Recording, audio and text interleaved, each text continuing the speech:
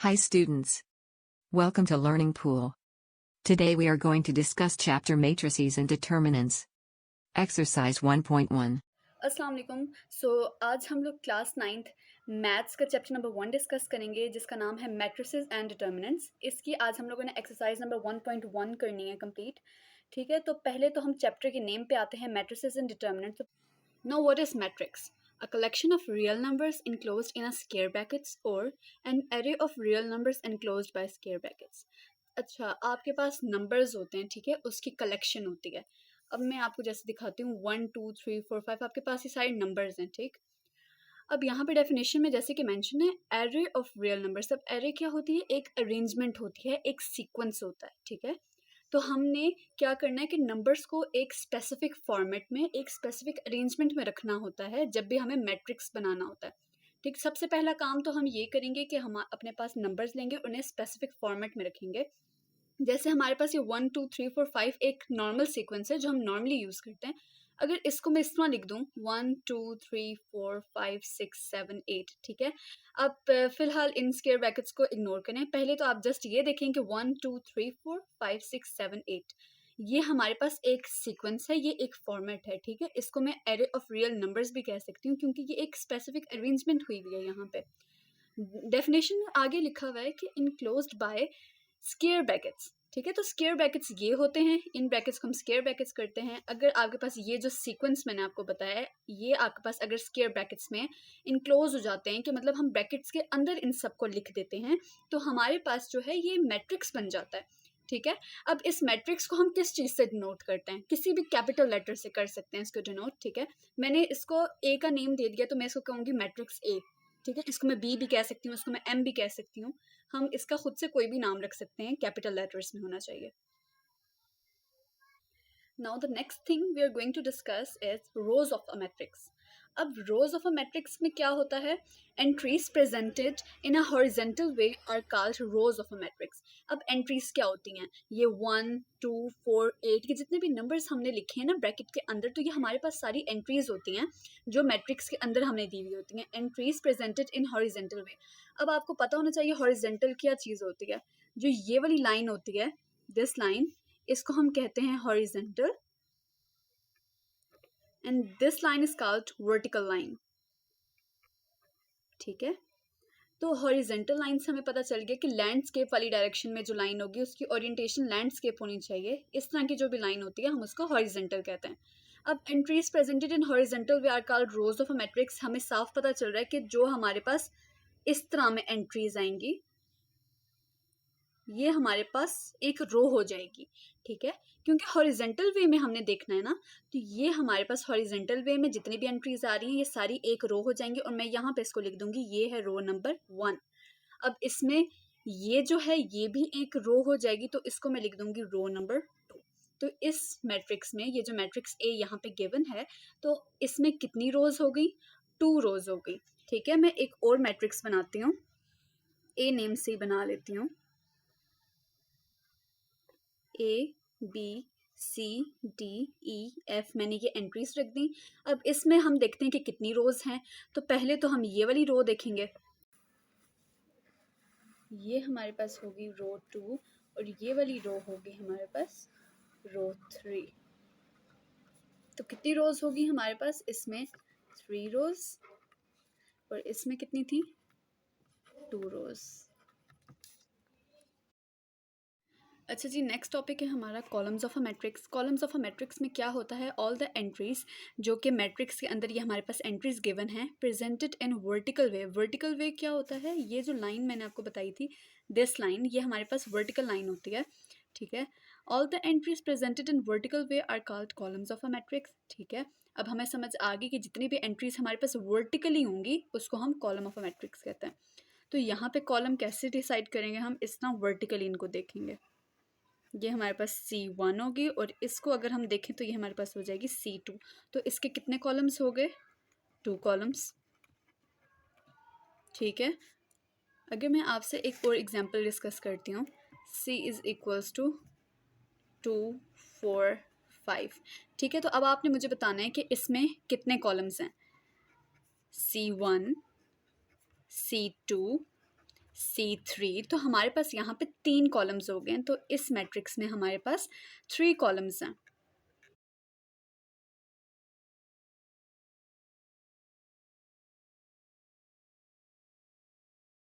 Next topic जो है हमारा वो है ऑर्डर ऑफ अ मैट्रिक्स। अब ऑर्डर ऑफ अ मैट्रिक्स जो है वो हमारे पास बनता है रोज से और कॉलम्स से।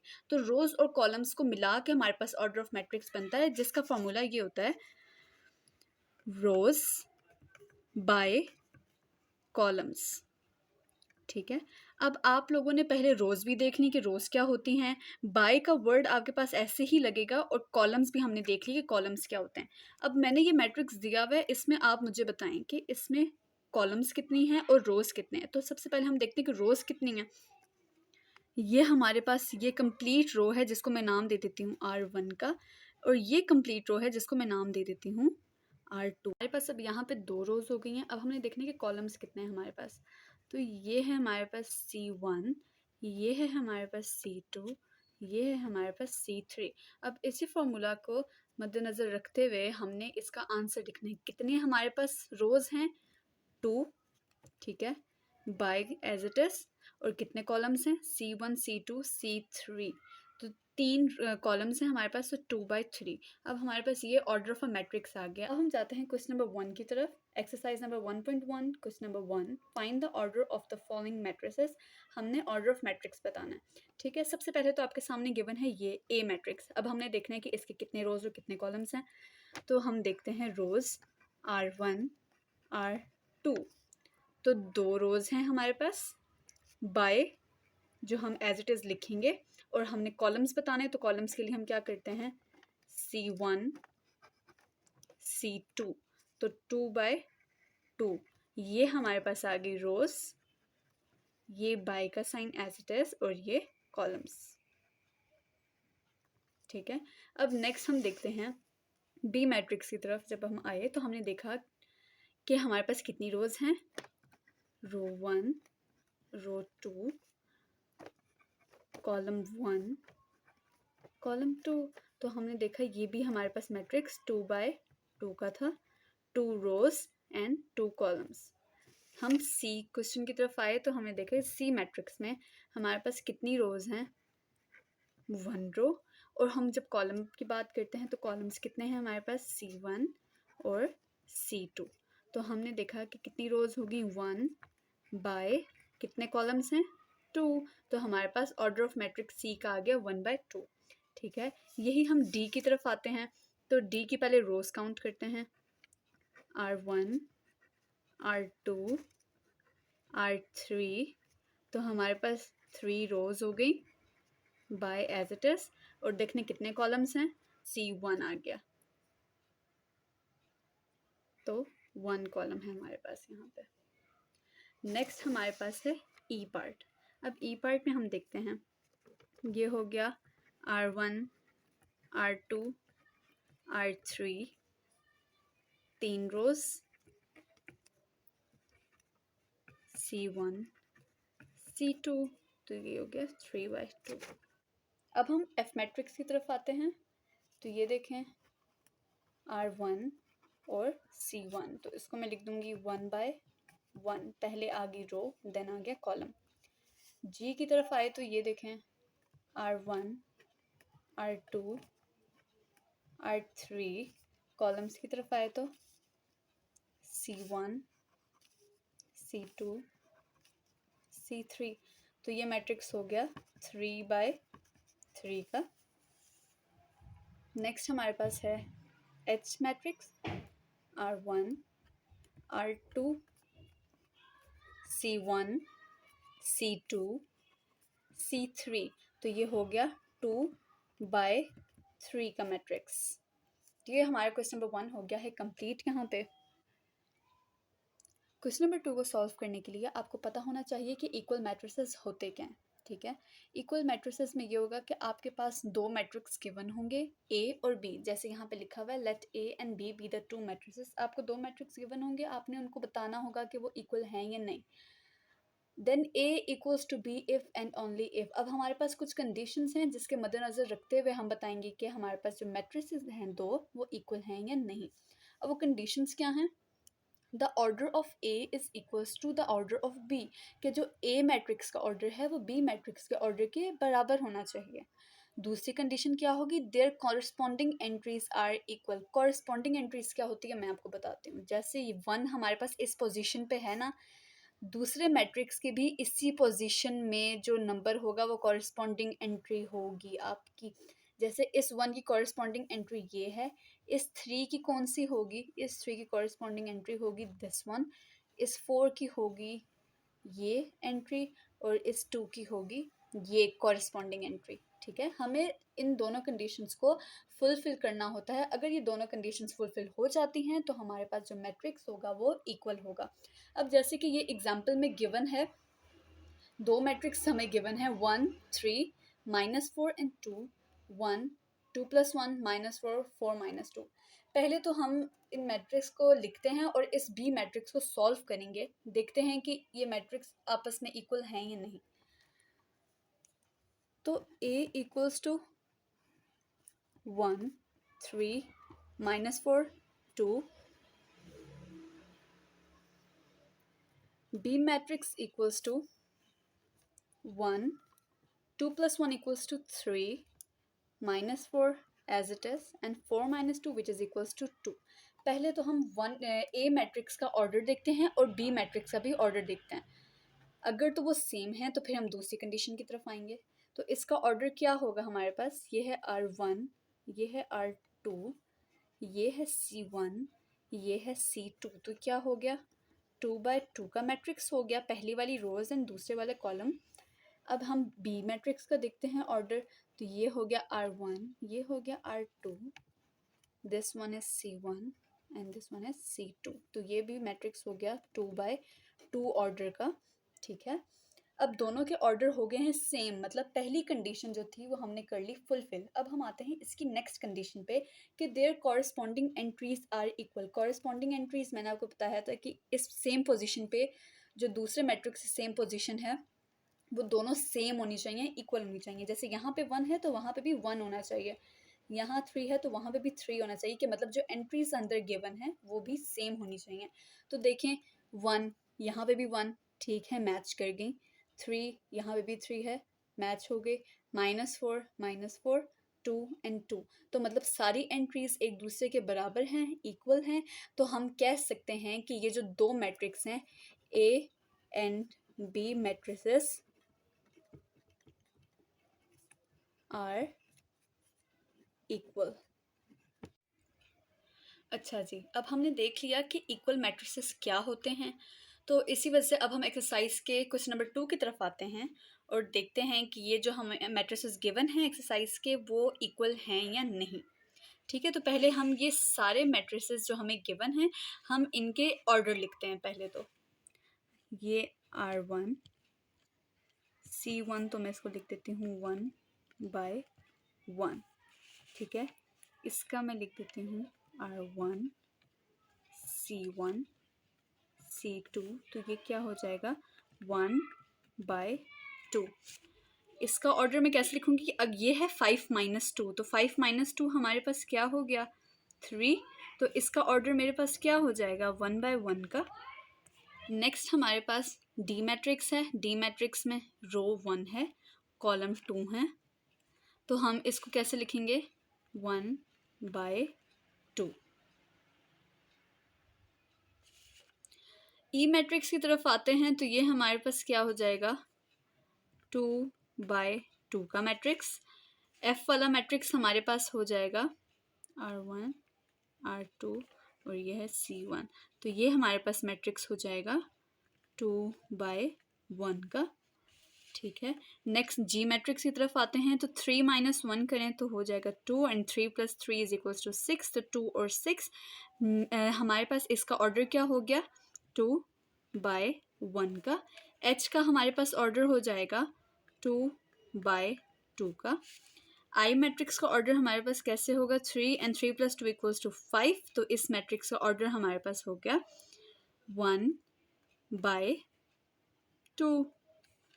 अब जे मैट्रिक्स की बारी है, जे मैट्रिक्स को हम सिंप्लीफाई करते हैं तो 2 + 2 4 5 6, 2 - 2 0 एंड 0 + 2 2, तो इसका भी ऑर्डर हो जाएगा 2/2। अब हमने ऑर्डर्स निकाल दिए हैं सबके। अब हमने देखना है कि किन मैट्रिसेस के ऑर्डर्स सेम हैं और उनके जो अंदर हमारे पास एंट्रीज हैं, कॉरिस्पॉन्डिंग एंट्रीज, क्या वो सेम हैं। अगर तो वो सेम हैं और दोनों कंडीशंस फुलफिल हो जाती हैं कि ऑर्डर ऑफ मैट्रिक्स भी सेम हो और हमारे पास कॉरिस्पॉन्डिंग एंट्रीज भी सेम हो, अगर तो वो दोनों सेम हो जाती हैं, कंडीशन हमारे पास फुलफिल हो गई, तो मैट्रिसेस हमारे पास इक्वल हैं।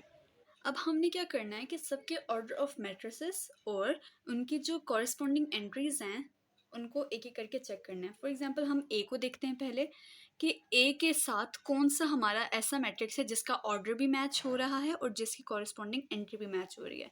ठीक है, ऑर्डर इसका 1/1 है और एंट्री इसकी 3 है, ये भी नहीं है।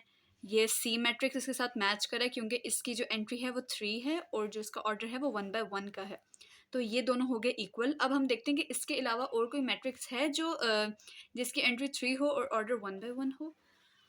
तो ऐसा कोई भी मैट्रिक्स नहीं है जिसकी एंट्री 3 हो और ऑर्डर 1/1 हो सिवाय ए और सी के। तो हम यहाँ पे लिख लेते हैं ए इक्वल्स टू सी। अब हम नेक्स्ट देखते हैं बी मैट्रिक्स को। बी मैट्रिक्स का ऑर्डर हमारे पास है 1/2 और इसके जो हमारे पास एंट्रीज हैं वो 3 और 5 हैं। अब हमने ऐसा मैट्रिक्स ढूंढना है जिसकी ऑर्डर हो 1/2 और जिसकी एंट्रीज हों 3 और 5। तो ये हमारे पास 3 और 5 ये था और 1/2 यहाँ पे हमारे पास 5 और 3 है। ठीक है, ये हमारे पास है तो 1/2 का, लेकिन यहाँ पे हमारे पास 5 और 3 आ रहा है जो कि हमारे पास एंट्री सेम नहीं है। ठीक है, नेक्स्ट हम देखते हैं ये 2/2 का, ये 2/1 का नहीं, हमारे किसी काम का नहीं है। जी वाला भी नहीं, एच भी नहीं है। आई देखें 3 5 एंट्रीज हैं इसकी और 1/2 इसका ऑर्डर है। तो इसका जो ऑर्डर है और जो इसकी एंट्रीज हैं वो मैच कर रही हैं बी मैट्रिक्स के साथ। तो अब मैं क्या लिख सकती हूँ, बी इज इक्वल्स टू आई। तो यहाँ पे मैं लिख दूंगी बी इज इक्वल्स टू आई। जी, अब हम डी मैट्रिक्स देखते हैं। डी मैट्रिक्स की एंट्रीज हमारे पास हैं 5 और 3, ये हमारे पास एंट्रीज हो गई हैं डी की और इसका जो ऑर्डर है वो है हमारे पास 1/2। अब हमने देखना है बाकी मैट्रिसेस में कि उनका ऑर्डर भी 1/2 का हो और उनकी एंट्रीज भी 5 और 3 हो। तो यहाँ पे कोई ऐसा मैट्रिक्स नहीं है जिसकी एंट्रीज हमारे पास 5 और 3 हो और जिसका ऑर्डर 1/2 हो, तो डी हमारे पास किसी भी मैट्रिक्स के इक्वल नहीं है। हमारे पास मैट्रिक्स आ जाता है ई का जिसकी एंट्रीज हैं 4 0 6 2 और इसका ऑर्डर है 2/2 का। ठीक है, हमने और मैट्रिसेस देखने हैं जिनके ऑर्डर हों 2/2 के। यहाँ पे एच वाला मैट्रिक्स इसका ऑर्डर भी 2/2 का है। अब देखें एंट्रीज का सेम है 4 0 6 2 और एच की भी हैं 4 0 6 2, तो ये दोनों इक्वल हो गई हैं। और देखें और कोई हैं जिसकी एंट्रीज 4 0 6 2 हो, तो हाँ जी, जो जे वाली हमारे पास जे मैट्रिक्स है उसकी एंट्रीज भी 4 0 6 2 हैं और ऑर्डर 2/2 का है। तो मतलब मैं ये कह सकती हूँ कि ई एच और जे ये तीनों आपस में इक्वल हैं। तो यहाँ पे मैं लिखती हूँ E is equals to H is equals to J. Next हम देखते हैं एफ मैट्रिक्स को। एफ मैट्रिक्स हमारे पास 2 और 6, ऑर्डर इसका क्या है 2/1। तो यहाँ पे देखें जी 2 और 6 और ऑर्डर है इसका 2/1, तो ये दोनों मैट्रिक्स आपस में इक्वल हो गए। तो मैं लिख सकती हूँ यहाँ पे F is equals to G। तो ये हमारे पास क्वेश्चन नंबर 2 कंप्लीट सॉल्व हो गया है। इसमें वाहिद डी मैट्रिक्स ऐसा है जिसका कोई भी मैट्रिक्स इक्वल नहीं है।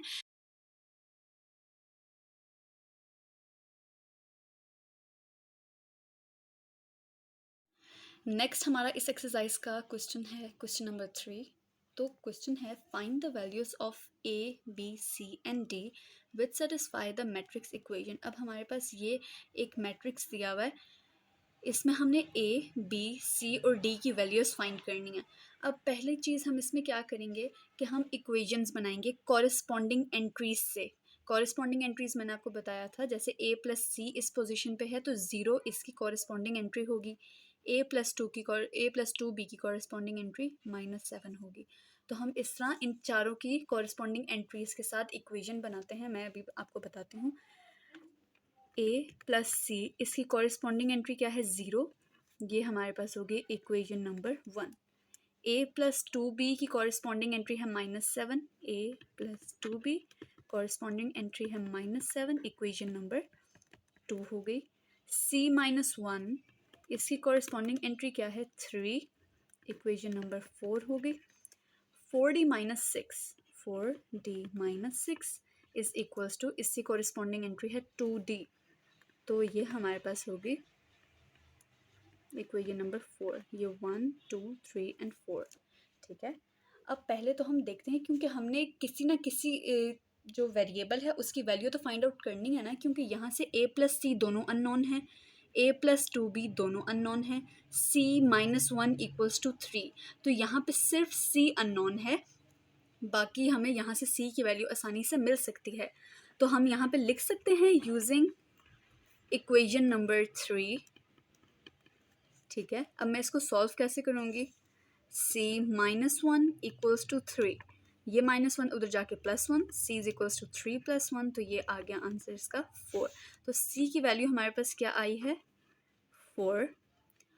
इसको मैं अब किसी और इक्वेशन में पुट करके दूसरे वेरिएबल का आंसर निकालूंगी। देखें a plus C equals to 0, क्या इसमें c की वैल्यू पुट करके हमारे पास दूसरे वेरिएबल का आंसर आ सकता है? हाँ जी, क्योंकि c का वैल्यू हमारे पास आ चुकी है 4। मैं इसमें पुट करती हूँ, put value of c in equation 1, ठीक है। तो a plus C equals to 0, a plus 4 equals to 0 and a is equals to minus 4, तो हमारे पास a की वैल्यू क्या आ गई, माइनस 4। अब जो a का आंसर है वो भी आ गया, c का आंसर है वो भी आ गया। अब हमारे पास इक्वेशन नंबर 2 है, इसको सॉल्व करते हैं, क्योंकि a का आंसर तो हमारे पास आ गया है, सिर्फ b अननोन है ना, तो यहाँ से हम b की वैल्यू आसानी से निकाल सकते हैं। तो मैं यहाँ पे लिख देती हूँ, put value of a in equation 2, ठीक है। तो a plus 2b is equals to minus 7, a की वैल्यू पुट की minus 4 plus 2b is equals to minus 7, 2b is equals to minus 7 plus 4, क्योंकि ये माइनस 4 यहाँ आके प्लस 4 हो गया है, तो माइनस 7 प्लस 4 कितने होते हैं, minus 3, 2b is equals to minus 3, 2b is equals to minus 3, इसको मैं ऐसे लिख सकती हूँ, b is equals to minus 3/2, क्योंकि 2 यहाँ पे मल्टीप्लाई हो रहा है, यहाँ आके डिवाइड हो जाएगा, ठीक है। तो b की वैल्यू आ गई माइनस 3/2, इसको मैं ऐसे भी लिख सकती हूँ, b is equals to minus 1.5, क्योंकि माइनस 1.5 माइनस 3/2 के ही इक्वल होता है। हमारे पास नेक्स्ट इक्वेशन है, वो ये है 4d minus 6 equals to 2d, और ये है इक्वेशन नंबर 4, जिसको मैं अभी सॉल्व करने जा रही हूँ। तो 4d minus 6 equals to 2d, D वाली टर्म्स एक साथ कर दें, 4d minus 2d is equals to 6, क्योंकि 6 माइनस नेगेटिव था यहाँ पे, वहाँ जाके पॉजिटिव हो गया है। 4 माइनस 2 कितने होते हैं, 2d इज इक्वल्स टू 6, मैं यहाँ पे कर दूँगी d इज इक्वल्स टू 6/2, तो d इज इक्वल्स टू 3, क्योंकि 2 3 से 6 होता है, तो d हमारे पास वैल्यू आ गई है 3। ये हमारे पास कंप्लीट क्वेश्चन सॉल्व हो गया, जिसमें हमें a b c और d की वैल्यूज मिल चुकी हैं। आखिरी स्टेप इसका ये है कि अगर आपको नहीं पता कि आपका आंसर सही आया है या गलत, तो आप क्या करें कि कोई भी एक इक्वेशन लें, जो हमने पहले 4 इक्वेशंस बनाई थी, उस इक्वेशन में जो अननोन वेरिएबल्स हैं उनकी वैल्यूज पुट कर दें, और देखें क्या वो इक्वल आ रही है इक्वेशन, लेफ्ट हैंड साइड और राइट हैंड साइड उन दोनों की इक्वल है या नहीं। तो चलें हम एक इक्वेशन को इस तरह करके देखते हैं, उसकी वेरिफिकेशन के लिए कि हमारे जो आंसर्स हैं वो सही हैं या नहीं। वेरिफिकेशन के लिए अब मैं देखती हूँ किसी भी इक्वेशन पुट करके कि मेरा आंसर सही है या नहीं। तो मेरे पास है equation a plus 2b is equals to, अब मैं वेरिफिकेशन करती हूँ और देखती हूँ कि मेरे पास जो आंसर्स आए हैं क्या वो ठीक हैं या नहीं। तो वही 4 जो मैंने इक्वेशंस बनाई थी उसी में मैं उनके आंसर्स पुट कर देती हूँ अननोन वेरिएबल्स के। तो a का आंसर हमारे पास आया था -4 plus 2 as it is, b का आंसर हमारे पास आया था -3/2 इज इक्वल्स टू -7, तो यहाँ पे -4, ये 2 इस 2 से कैंसिल, तो plus minus -3 is equals to -7, -4 -3 which is equals to -7 equals to -7, so left hand side equals to right hand side.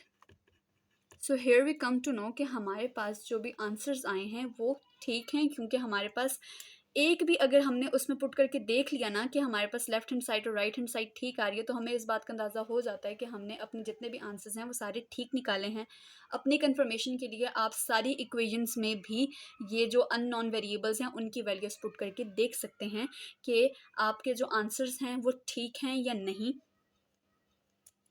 उम्मीद करती हूँ आपको आज के जितने भी सवाल करवाए हैं वो सारे समझ आए होंगे। अगर कोई सवाल आपको नहीं समझ आया या किसी भी क्वेश्चन में प्रॉब्लम है तो आप लोग मुझसे पूछ सकते हैं कमेंट सेक्शन में। Thank you so much. अल्लाह हाफ़िज़। If you haven't subscribed this channel, click the subscribe button and hit the bell icon to stay tuned.